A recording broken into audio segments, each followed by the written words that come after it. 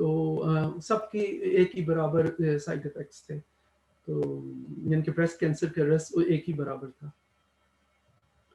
تو یہ ڈفرینٹ طریقوں میں جو HRT دیا جاتا ہے، ایک تو یہ ہے کہ کمبائن جیسے میں نے کہا ایسٹروجن اور پروجسٹرون دونوں ہوں جس میں، اور یہ انہی خواتین کو دیا جاتا ہے جن کا یوٹرس جو ہے، جن کے بچہ دانی وہ ان کے اندر ہے، ان کی ہسٹریکٹمی نہیں ہوئی بھی کسی وجہ سے بھی، اور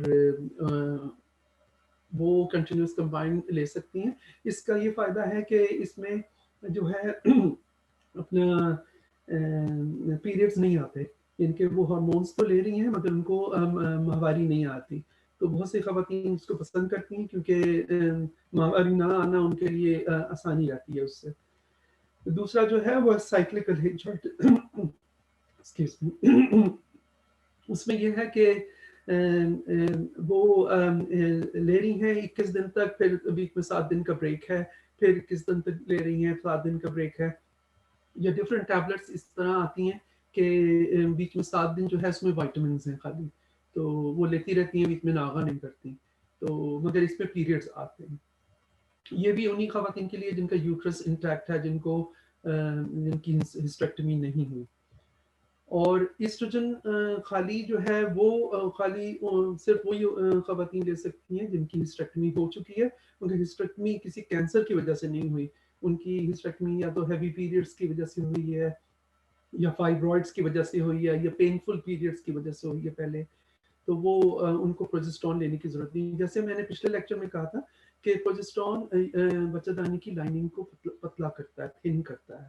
تو اگر کوئی جس کا یوٹرس ابھی ہے، بچہ دانی ہے ابھی بھی، اور وہ ایسٹروجن خالی لے رہا ہے، تو پھر اس کو زیادہ پیریڈ شروع ہو جائیں گے، اس کو زیادہ بلیڈنگ سٹارٹ ہو جائے گی. تو ان کو پروجسٹرون لینا ضروری ہے کیونکہ وہ پھر لائننگ جو ہے یوٹرس کی جو اندر کی تہہ ہے اس کو پتلا ہی رکھے اور ان کو پیریڈز سے نہیں ہو. تو یہ ایسٹروجن خالی جو ہے وہ انہی خواتین کے لیے ہے جن کی پہلے ہسٹریکٹمی ہو چکی ہے نان کینسر کی انڈیکیشن کی وجہ سے. اور اب آج کل ہماری پریکٹس میں یہ بھی کیا جا رہا ہے کہ ایسٹروجن خالی کی ٹیبلٹس دے رہے ہیں، اور مرینا کوئل جو ہے جس کے اندر پروجسٹرون ہے وہ 5 سال تک رہتا ہے 52 ملی گرام، جیسے میں نے پچھلے لیکچر میں بھی کہا تھا، وہ ایز اے کانٹراسیپشن سے یوز ہوتا ہے. اس کا ایک فائدہ یہ بھی ہے کہ اس کو as a progesterone arm of the HRT وہ بھی آپ ہم لوگ یوز کر رہے ہیں یا آپ کر سکتی. مرینا کوئل کا ایک اور فائدہ یہ بھی ہے کہ جن خواتین کو کچھ عرصہ پہلے مینوپاز سے سال 1.5 سال 2 سال پہلے ان کو ہیوی پیریڈز آ رہے تھے اور ان کو گائنیکالوجسٹ کے پاس جانا پڑا اور ان کو DNC کرانی پڑی، تو ان خواتین کو اس مرینا کوئل رکھوا ہی لینی چاہیے تاکہ ان کے جو ہے باقی کے 2-3 سال جب تک وہ پورے ان کے مینوپاز نہیں آتا تو ان کے پیریڈ سیٹل ہو جائیں اور بلیڈنگ ختم ہو جائے. تو ان خواتین جنہوں نے مرینا کوئل رکھوا لی ہے تو وہ بھی ایسٹروجن خالی لے سکتی ہیں. جنہوں نے نہیں رکھوائی بھی پہلی دفعہ رکھوا لیں اور خالی ایسٹروجن لے لیں، ایسٹروجن ٹیبلٹ لے لیں یا اس کے پیچز لگوا لیں یا اس کا جیل آتا ہے جیل لگا لیں. تو ویسے پیچز مجھے پسند نہیں ہے کیونکہ وہ اتر بھی جاتے ہیں، تو ٹیبلٹ ہی ویسے سب سے بہتر ہے. تو آگے چلیں. تو یہ ہے کہ HRT جس کو بھی اگر ہم نے دینا ہے تو اس کو دینے سے پہلے ہم میک شور کرتے ہیں کہ ان کو کوئی بریسٹ کے لمپس وغیرہ تو نہیں ہیں، اگر ہیں تو وہ چیک آؤٹ ہو رہے ہیں، اور ان کو پھر پریویس کوئی بریسٹ کینسر کی ہسٹری تو نہیں ہے. دوسرا یہ کہ ان کو کوئی موٹی تو نہیں ہے، ان کو کوئی اور بیماریاں تو نہیں ہیں، اور دوسرا یہ کہ ان کو کوئی کلوٹس کی پرابلم نہیں، خون جمنے کی بیماریاں تو نہیں ہیں، بیماری تو نہیں ہے، اور وہ ایکٹیو ہیں، چلتی پھرتی رہتی ہیں، یعنی کہ ایک جگہ پہ بیٹھے ہیں، تو ان کی ایکسرسائز روٹین ہے تو ان کو دے سکتے ہیں. اور جن کی فیملی ہسٹری ہے آسٹیوپوروسس کی یا فریکچرز کی، جیسے میری نانی نے یا خود کی نانی کو ہپ فریکچر ہوا تھا مگر ان کو 80 سال کی عمر میں جا کے ہپ فریکچر تھا. تو میری والدہ جب تک حیات تھی تو خیر ان کی ڈیتھ تو ایکسیڈنٹ میں ہوئی، بہت جلدی ہو گئی تھی، مگر جتنا عرصہ وہ تھی ان کو HRT جو تھا میں نے ان کو شروع کرا دیا تھا. تو ان کو اور کوئی رسک فیکٹرز نہیں تھے، وہ موٹی نہیں تھیں اور بہت ایکٹیو تھیں، تو ایسی خواتین کے لیے صحیح تھا. تو جن بھی فیملیز میں ہپ فریکچرز کی یا آسٹیوپوروسس کی ہسٹری ہے وہ ان کو تو بہت اچھا ہے، اس سے فائدہ ہے. اور ویسے دیکھیں بہت سی خواتین خالی HRT لیتی ہیں ہاٹ فلشز یا اس کے سمٹمز جو ہیں نیند نہیں آ رہی یا ان کو سائیکولوجیکل پرابلمس جو ہو رہی ہیں اس کے لیے لیتی ہیں، مگر مین فائدہ جو ہے وہ ان کا بڑھاپے کو روک دینا جو ہے نا، یا بڑھاپے کو یا ایجنگ کو پرولونگ کر دینا، تو اس کا یہ فائدہ ہے۔ تو مگر جن خواتین کو کوئی رسک نہیں ہے ان کو آپ دے سکتے ہیں، مگر اب میری ایج کے جو گائنیکالوجسٹ ہیں ہم لوگ یہ کہتے ہیں کہ زیادہ تر دیکھیں اسٹڈیز جو ہوئی ہیں وہ کافی بوڑھی خواتین میں ہوئی ہیں، تو 50 سے لے کے 60 سال کی عمر تک جو ہے اس میں جو ہے آپ لے سکتے ہیں، مگر 60 سال کے بعد نہ لیں۔ اور یہ ہے کہ ریگولر بریسٹ چیکس کرتے رہیں، اپنے میموگرامس کرواتے رہیں 2 سال بعد، اور اپنے جو کلاٹس ہے اس کو دیکھتے رہیں کہ کوئی کلاٹس وغیرہ کے رسک تو نہیں ہے۔ اور کلاٹس کے رسک مینلی تو یہی ہوتا ہے جو عورتیں زیادہ چلتی نہیں ہیں، ایک جگہ پہ بیٹھی رہتی ہیں یا ڈی ہائیڈریشن ہیں کسی وجہ سے، تو ان کو زیادہ رسک اس کا ہوتا ہے۔ تو کچھ آلٹرنیٹیوز بھی ہیں جو دیے جا سکتے ہیں HRT کے علاوہ، تو ان کی میں لسٹ ابھی آپ کو بتاتا ہوں۔ تو 2 وجوہات کے لیے ہیں، جیسے میں نے آپ کو کہا، ایک تو سمٹمز کے لیے لیتے ہیں، اور دوسرا یہ کہ اس کی جو بیماری کے لانگ ٹرم ایفیکٹس ہیں، جو فریکچرز ہو رہے ہیں ان کو پریونٹ کرنے کے لیے یا ایجنگ کو پریونٹ کرنے کے لیے۔ تو ہاٹ فلشز وغیرہ کے لیے تو پروجسٹرون کی ٹیبلٹ پروجسٹوجنس دی جا سکتے ہیں۔ اس کے علاوہ ایک بلڈ پریشر کی دوائی ہے الفا اے گونس جس کو کہتے ہیں کلونیڈین، وہ کافی مفید ہے مگر اس کو کافی ہائی ڈوز میں دینا پڑتا ہے۔ اور اینٹی ڈپریسنٹ ٹیبلٹس جو ہیں جیسے پروزیک ہے وہ لے سکتے ہیں، کیونکہ یہ سیروٹونین کو جو ہے اس کا اپٹیک کو بڑھاتی ہے۔ تو سیروٹونین ایک ہمارے جسم میں ایک کیمیکل ہے جو کہ اوور آل ہمیں بہت اچھا ہمارا موڈ کو رکھتا ہے۔ تو جو ڈپریس لوگ ہوتے ہیں جن کو اینٹی ڈپریسنٹ چاہیے ہوتی ہیں ان کو اسی طرح کی دوائیاں دی جاتی ہیں جیسے پروزیک ہے، تو اس سے ان کا موڈ اچھا ہو جاتا ہے اور جنرلی وہ اچھا محسوس کرتی ہیں۔ تو اینٹی ڈپریسنٹس بھی دی جا سکتے ہیں یہ ہاٹ فلشز یا نائٹ سویٹس کے لیے یا نیند نہ آنے کے لیے۔ پھر کمپلیمنٹری تھراپیز میں نے جو لکھا ہے وہ یہ ہے کہ آپ ایکوپنچر کرا سکتے ہیں، اس کے علاوہ یوگا کریں، یہ سب، یا کوئی ہربل تھراپیز ہے میں آگے چل کے بتاتا ہوں۔ اور اپنی ڈائٹ کا بھی میں آگے چل کے بتاتا ہوں، اور اپنا لائف سٹائل، اپنا ایکٹیو لائف سٹائل کریں، تو یہ سب چیزوں سے بھی کافی فرق ہو جاتا ہے۔ یا وجائنل ڈرائنس کے لیے لوبریکنٹس یوز کرنے، تو اوور آل جو ہے یا سائیکو تھراپی بھی اس کے لیے کرا سکتے ہیں ان سمٹمس کے لیے۔ تو یہ تو سمٹمس کے لیے، باقی آسٹیوپوروسس کے لیے یعنی کہ ہڈیوں کا فریکچر ہونا یا ہڈیوں کا نرم پڑ جانا، اس کے لیے ایکسرسائز ضروری ہے، وزن اپنا کم رکھیں، بہت زیادہ وزن نہ کریں۔ اور اس کے علاوہ ایک دوائی ہے اس کو کہتے ہیں ریواکسیفن، یہ ایسٹروجن ریسپٹر موڈولیٹر ہے، یعنی کہ ایسٹروجن تو نہیں ہے مگر ایسٹروجن کے جتنے باڈی میں جسم میں ریسپٹرز ہیں ان کو ان کے پر اس کا اثر ہوتا ہے، جس کی وجہ سے ہڈیوں کو یہ امپروو کرتا ہے، اور اسی لیے زیادہ تر اس کا استعمال کیا جا رہا ہے آج کل آسٹیوپوروسس کے لیے، یہ لائسنسڈ ہے۔